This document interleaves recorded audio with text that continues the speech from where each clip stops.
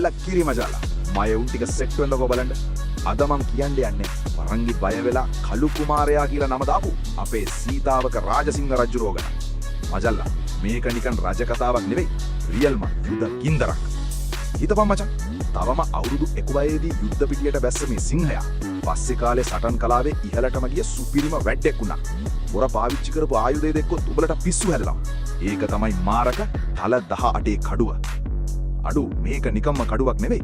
හරියට යකඩපටි 18ක් තියෙන යකඩ කසයක් වගේ. මේක හසුරවන්න පුළුවන් සටන් කලාවේ කෙළපැමිණි රාජසිංහ රජුරෝ වගේ රියල් බුලට් එකට විතරයි.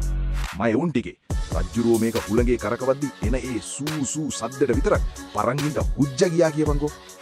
මුල් ඒරියාවේදී රජුරෝ මේ යකඩ කසය වනද්දි එකපාර පරංගි 18 දෙනෙක්ගේ මස් පියලි විසි වෙලා යනවා. අලි ඇතුන් පිටේ නැගලා මේ මාරක කඩුව වනනකොට පරංගි සේනාවම දුවිලි වුණා මචං. පරංගි කොටුව ඇතුළට වෙලා වෙවුලුවේ අන්න ඒ මාරක සද්දෙටයි.